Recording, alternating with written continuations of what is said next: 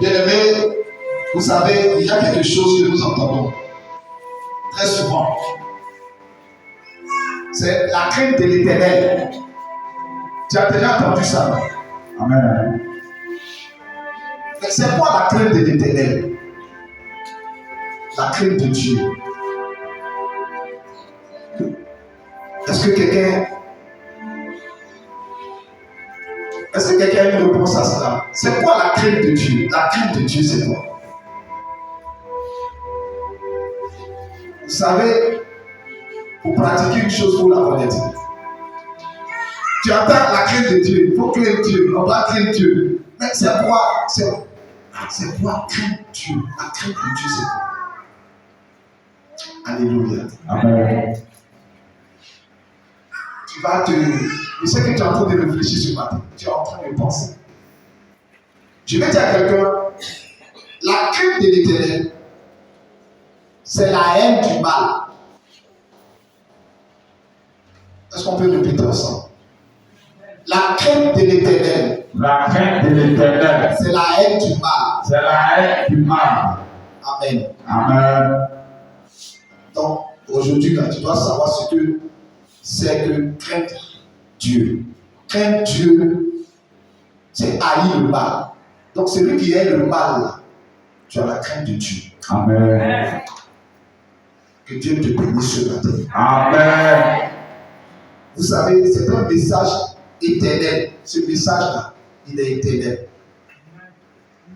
Quand vous allez dans le livre de l'Apocalypse, vous allez le retrouver là. Nous devons craindre Dieu. Nous devons haïr le mal. Celui qui hait le mal trouvera grâce aux yeux de Dieu.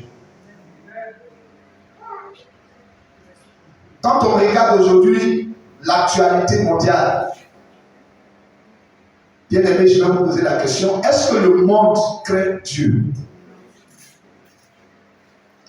Est-ce que le monde craint Dieu? Non, bien aimé, le monde ne craint pas Dieu.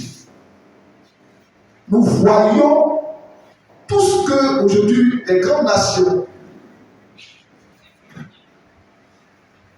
nous voyons tous les actes qu'ils commettent sur la surface de la terre.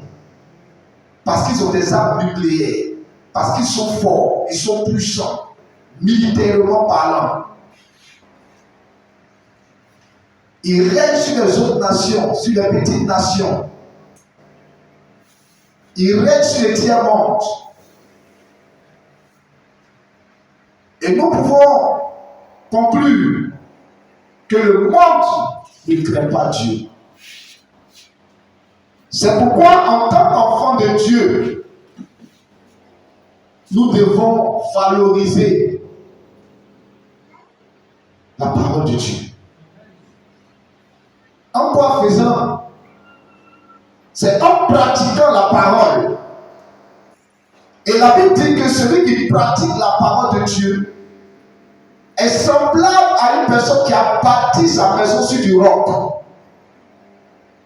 Lorsque vous pratiquez la parole de Dieu, lorsque vous avez l'amour de votre péché, lorsque vous avez la haine du mal, alors vous êtes en train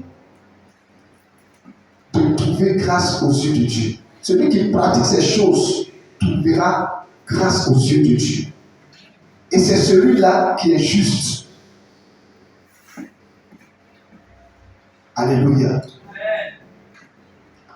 Et la Bible dit dans le livre de 1 Samuel 16, verset 7. Et l'Éternel dit à Samuel, ne prends point garde à son apparence et à la hauteur de sa taille, car je l'ai rejeté. L'Éternel ne considère pas ce que l'homme considère. L'homme regarde à ce qui frappe les yeux, mais l'Éternel regarde au cœur.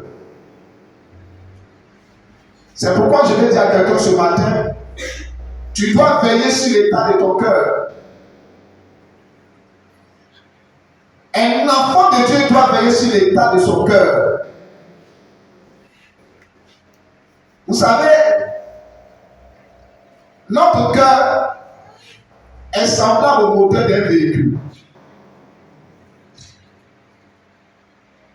Le moteur du véhicule, c'est le moteur du véhicule qui fait rouler le véhicule.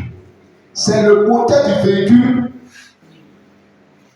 qui peut dire, c'est par rapport au moteur qu'on peut dire que c'est un bon véhicule. Donc quand on dit ce véhicule est bon, ce n'est pas la carapace, ce n'est pas la peinture que vous voyez là, ce n'est pas la beauté des phares, non.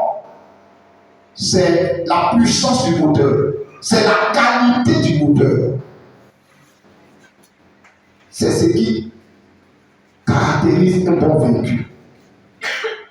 Donc, ce qui doit caractériser un enfant de Dieu, c'est l'état de son cœur, la pureté de son cœur.